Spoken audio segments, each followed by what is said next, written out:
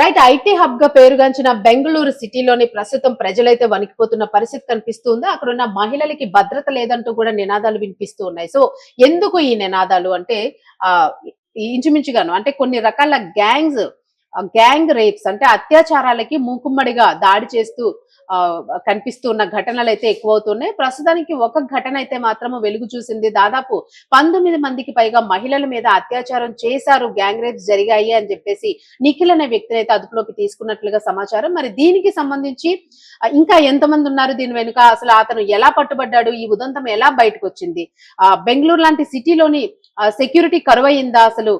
లేదు పోలీసుల్ని కూడా అప్రమత్తపరిచి ఇట్లాంటి ముఠాలు కన్ను కప్పి ఇలాంటివన్నిటికి పాల్పడుతూ ఉన్నారా? సో ఇలాంటివన్నీ కూడా ఈ కేసుకి సంబంధించిన అనేక ప్రశ్నలు వెల్లువెత్తుతూ ఉన్నాయి. దీనికి సంబంధించి మరిన్ని డీటెయిల్స్ ఇవ్వడానికి మా కరెస్పాండెంట్ ఆదిత్య ఉన్నారు. సో వారితో మాట్లాడదాం. Over to you Aditya. Right. ఇప్పుడు బెంగళూరులో వెలుగు చూస్తున్న ఈ సామూహిక అత్యాచార ఘటన అయితే అటు సభ్య సమాజాన్ని చిత్కరించుకునేలా చేస్తుంది. ఒకరు కాదు, ఇద్దరు కాదు, ఏకంగా మీరు అన్నట్టు 19 మంది యువతుల పైన క్రూరంగా అఘాయిత్యానికి పాల్పడినట్లు ప్రాథమిక సమాచారం అయితే అందుతుంది. అంటే ఇప్పుడు వాళ్ళు విలాసవంతమైన జీవితానికి అలవాటు పడ్డారు. అలా అలవాటు పడిన ఈ కిరాతకులు పక్కా ప్రణాళికతో అమాయక యువతుల్ని తమ వల్లో వేసుకొని ఈ దారుణానికైతే ఒడిగట్టారు. ఈ వార్త ఇప్పుడు బయటకు రావడంతో అటు ఐటీ హబ్ గా పేరుగాంచిన బెంగళూరు ఒక్కసారిగా ఉలిక్కి పడిందని చెప్పుకోవాలి. అయితే ఈ ఉదాంతంలో ప్రధాన నిందితుడిగా నిఖిల్ అనే ఒక వ్యక్తిగా ఉన్నట్టు పోలీసులు గుర్తించడం జరిగింది. నిందితులు యువతులతో ముందుగా స్నేహం చేసి వారిని విలాసవంతమైన పార్టీలకు పిలిచేవారు. ఆ పార్టీల్లో యువతులకు తెలియకుండానే వారు తాగే పానీయాల్లో లేదా ఆహారంలో మత్తు మందు లేకుంటే డ్రగ్స్ వీటిని కలిపేవాళ్ళు. ఆ తర్వాత యువతులు స్పృహ కోల్పోయిన తర్వాత వారిపై నిందితులు విచక్షణారహితంగా సామూహిక అత్యాచారానికి అయితే పాల్పడేవారని చెప్పేసి ఇప్పుడు విచారణలో తేలింది. కేవలం అఘాయిత్యానికి పాల్పడమే కాకుండా నిందితులు ఆ దృశ్యాల్ని ఆ మొబైల్ ఫోన్లలో మొత్తం కూడా వీడియో రికార్డ్ చేసినట్టుగా కూడా తెలుస్తుంది. ఈ వీడియోలను చూపించి అటు బాధితులు ఎవరైతే ఉన్నారో ఆ యువతుల్ని భయభ్రాంతులకు కూడా గురి చేసేవారు. ఎవరికైనా చెప్తే ఈ దృశ్యాలను సోషల్ మీడియాలో పెడతామని చెప్పేసి బెదిరిస్తూ వారిని పదే పదే కూడా లోబర్చుకునేవారు. అవమాన భారం, ప్రాణభయంతో చాలా కాలం పాటు బాధితులు ఈ విషయాన్ని అసలు బయటకే చెప్పలేకపోయారు. అయితే ఒక బాధితురాలు ధైర్యం చేసి పోలీసులను ఆశ్రయించడంతో ఈ మొత్తం నెట్వర్క్ కూడా ఇప్పుడు బయటపడడం అయితే జరిగింది. అటు పోలీసులు కూడా రంగంలోకి దిగి ప్రధాన నిందితుడిగా ఉన్న నిఖిల్ తో పాటు మరో నిందితుడిని కూడా ఇప్పటికే అదుపులోకి అయితే తీసుకున్నారు. వీరి వద్ద ఉన్న ఫోన్లను కూడా స్వాధీనం చేసుకున్న అధికారులు వాటిని ఫోరెన్సిక్ ల్యాబ్ కూడా పంపించడం అయితే జరిగింది. బాధితుల సంఖ్య ఇంకా పెరిగే అవకాశం ఉందని కూడా పోలీసులు అయితే అనుమానిస్తున్నారు. ప్రస్తుతం ఈ కేసు పైన సిటీ క్రైమ్ బ్యాచ్ సిసిబి ఉంటుంది. ఇది నిశ్చితంగా కూడా దర్యాప్తు చేస్తుంది.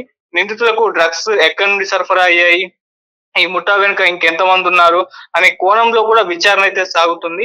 మహిళల భద్రతపై ఆందోళన వ్యక్తం అవుతున్న నేపథ్యంలో నిందితులకు కఠిన శిక్ష పడేలా చూస్తామని కూడా ప్రభుత్వాలు ఉన్నతాధికారులు హామీ అయితే ఇస్తున్నాయి. సో అలా ఈ ఘటన అయితే ఇప్పుడు విపరీతంగా దేశవ్యాప్తంగా కూడా అంటే ఎక్కువగా వైరల్ అయిపోతుంది.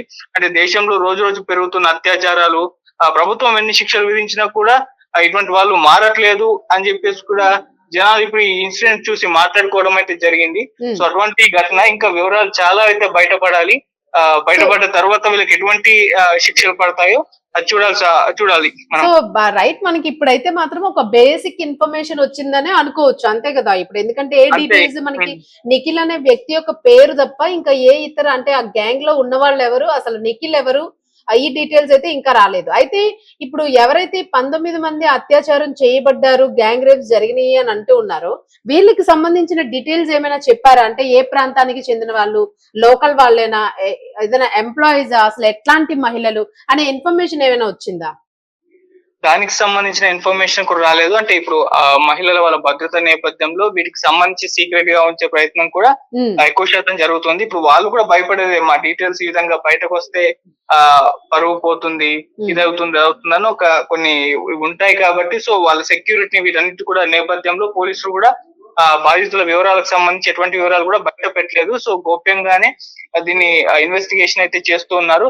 మేబీ ఆ లోకల్స్ అయి ఉంటారు. బెంగళూరు ఆ పరిసర ప్రాంతాల్లోనే అది ఐటీ హబ్ గా ఎక్కువగా పాపులారిటీ చెందింది. ఎంతో మంది సాఫ్ట్వేర్ ఎంప్లాయీస్ అక్కడ ఉన్నారు. సో వాళ్ళని ఏమన్నా ఈ విధంగా లోపరుచుకొని ఈ విధంగా చేసినట్టుగానే కనిపిస్తుంది. సో మాక్సిమం అక్కడ బెంగళూరు ఆ పరిసర ప్రాంతాల వాళ్ళే అయ్యి ఉండొచ్చు అని చెప్పేసి కూడా తెలుస్తుంది. సో వాళ్ళకి సంబంధించిన వివరాలు కూడా తెలియలేదు. సో ఆయన ఇటు నిఖిల్ వెనకాల ఇంకేమన్నా అంటే ఇంత పెద్ద ముఠాని అతను ఒక్కడే రన్ చేస్తున్నాడా, అంత రన్ చేస్తున్నాడంటే అతను వెనకాల ఏమన్నా ఫుల్ సెక్యూరిటీ అంటే ఒక సపోర్ట్ ఏమైనా ఉందా అనేది కూడా తెలియాల్సి అయితే ఉంది. మామూలు వ్యక్తి అయితే ఇంత పెద్ద ఇలాంటి నెట్వర్క్ రన్ చేస్తూ ఉండదు. సో మరి అతను వెనకాల ఏమన్నా బడా పర్సన్ ఎవరైనా ఉన్నారా, ఇటువంటివన్నీ కూడా బయటపడాల్సిన అయితే అవసరం అయితే ఉంది. సో పోలీసులు ఇప్పుడు ఇన్వెస్టిగేషన్ చేస్తున్నారు కాబట్టి తొందరలోనే వీళ్ళకి సంబంధించిన వివరాలు బయటపడతాయి. అండ్ ఇంకా బాధితులు ఇంకా బయటకి రావాల్సి ఉంది. ఇక చాలా మంది ఉండే ఉంటారు అని అనుమానిస్తున్నారు కాబట్టి ఈ 19 మంది కాకుండా ఇంకెక్కువ మంది ఎవరైనా ఉన్నారా ఆ కోణంలో కూడా మొత్తం వివరాలు అయితే బయట అయితే పెట్టే అవకాశం తొందరలో మనకు కనిపిస్తుంది. సో ఇది అసలు అంటే ఎన్నేళ్లుగా ఇలా కొనసాగుతుంది అనే డీటెయిల్స్ ఏమైనా ఉన్నాయా మన దగ్గర, ఏదైనా వచ్చిందా అధికారికంగాను? ఇది మాక్సిమం అయితే ఒక 1-2 years ఆ సరౌండింగ్స్ లో ఉండొచ్చు అని చెప్తున్నారు. సో దానికి సంబంధించి కూడా ఎక్కువగా ఎప్పటి నుంచి చేస్తున్నారు అనేది కూడా ఐడియా అయితే లేదు. సో ఎప్పటి నుంచి వీళ్ళు నడుపుతున్నారు అనేది కూడా ఇంకా విచారణలో తేలాలి. మరి ఇది ఇంతకు ముందు ఒక బెంగళూరులోనే వీళ్ళు స్టార్ట్ చేశారా, ఇంకా వేరే ప్రాంతాల్లో ఏమన్నా చేశారా, అటువంటి వివరాలు కూడా బయటపడాల్సి అయితే ఉంది. సో మామూలుగా మనకి ఇన్సిడెంట్ మాత్రమే బయటకు వచ్చింది. దీనిలో ఇంకా డెప్త్ గా లోపల దాగి ఉన్న ఇంకా చాలా అంశాలు ఉన్నాయి కాబట్టి అవి తొందరలో విచారణలో బయటపడతాయి. సో అవి ఎప్పటి వరకు వస్తాయో కూడా చూడాలి. సో పోలీసులు కూడా ప్రెస్ మీట్ పెట్టి దీనికి సంబంధించిన వివరాలు వాళ్ళు ఇప్పుడు కలెక్ట్ చేస్తున్నారు కాబట్టి మొత్తం కలెక్ట్ చేసుకుని ఏం జరిగింది, ఎలా జరిగింది, ఎప్పటి నుంచి జరిగింది, ఇవన్నిటి కూడా ఒక ప్రెస్ మీట్ పెట్టి చెప్పాల్సిన అవసరం వాళ్ళకు ఉంటుంది. సో ఖచ్చితంగా తొందరలో వాళ్ళు వివరాలు సేకరించి చెప్పే ప్రయత్నం కూడా చేస్తారు. సో తర్వాత అంటే మొత్తం సాక్ష్యాలు సేకరించిన తర్వాత ఎటువంటి శిక్షలు పడతాయి, లీగల్ గా ఎలా ఉంటుంది అనేది అది కోర్టులో తేలే అవకాశం ఉంది. సో ఇది కానీ ప్రూవ్ అయితే వీళ్ళకు భారీగానే శిక్ష పడే అవకాశం అయితే ఉన్నట్టుగా మనకు కనిపిస్తుంది. Right, thank you Aditya. Thank you. So ఇది బెంగళూరుకి సంబంధించిన ఘటన. దాదాపు 19 మందికి పైగా మహిళల మీద అత్యాచారం చేసినట్లుగా కూడా ఇక్కడ నిఖిల్ అనే వ్యక్తి పట్టుబడ్డాడు. సో ఆయన ముఖ్య కీలక వ్యక్తిగా కూడా ఈ ఘటనలోన అధికారికంగా వెల్లడైన విషయం. అయితే ప్రస్తుతానికి ఈ ఘటనలు ఎన్నేళ్లుగా జరుగుతూ ఉన్నాయి.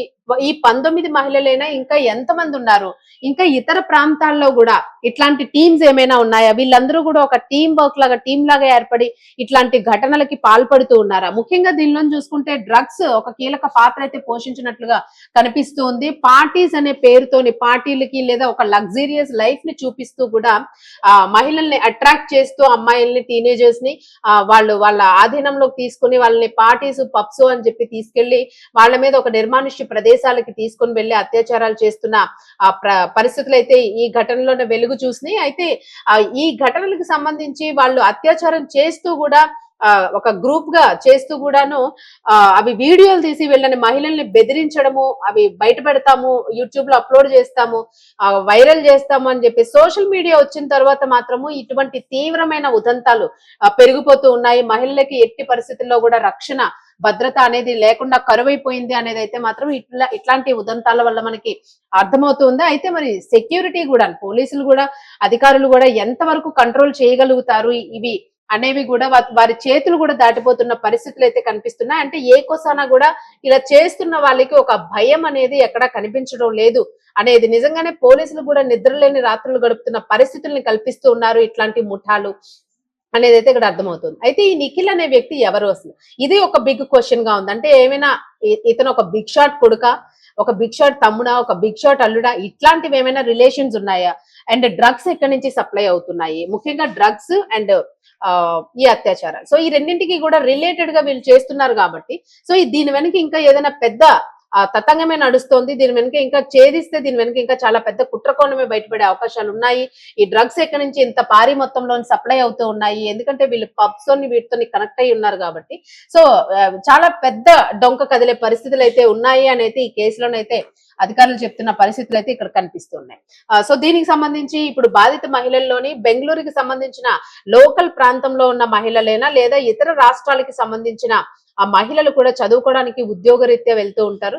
సో ఇలాంటి వారు కూడా ఎవరైనా ఉన్నారు ఇతర రాష్ట్రాలకు సంబంధించిన వాళ్ళు. సో ఈ డీటెయిల్స్ అన్ని కూడా ఇప్పటి వరకు కూడా గోప్యంగానే ఉన్నాయి, ఇంకా ఏవి కూడా బయటికి రాలేదు. సో ఈ 19 మంది కాకుండాను ఇంకా మరింత మంది బయటకు వచ్చే అవకాశాలు కనిపిస్తున్నాయి అని చెప్పేసి అయితే మా కరెస్పాండెంట్ ఉన్న సమాచారం మేరకు చెప్పడం జరిగింది.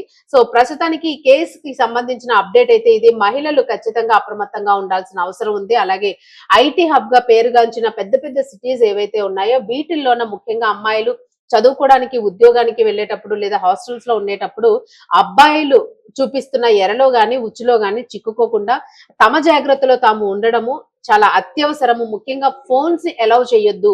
ఒక పర్సన్ తో మీరు ఉండేటప్పుడు ఫోన్స్ ఎట్టి పరిస్థితుల్లో కూడా అలౌ చేయకండి. అండ్ ఒక నిర్మానుష్య ప్రదేశాలకు గాని, తెలియని ప్రదేశాలకు గాని, రూమ్స్ లాంటి వాటికి గాని ఎక్కడికి కూడా వెళ్ళొద్దు అని చెప్పేసి అయితే నిపుణులు హెచ్చరిస్తున్న పరిస్థితులు కనిపిస్తూ ఉన్నాయి. సో ఇందులో ఇంతమంది బాధితులు ఉన్నారంటే ఇంకా మరింత మంది బాధితులు మహిళలు బలైపోయారు దీనిలో అనేది అయితే మాత్రం ఇంకా బయటికి రావాల్సిన అవసరం అయితే ఉంది. సో ఇది ఈ కేసుకి సంబంధించిన అప్డేట్. మరిన్ని లేటెస్ట్ అప్డేట్స్ కోసం చూస్తూనే ఉండండి రెడ్ టీవీ.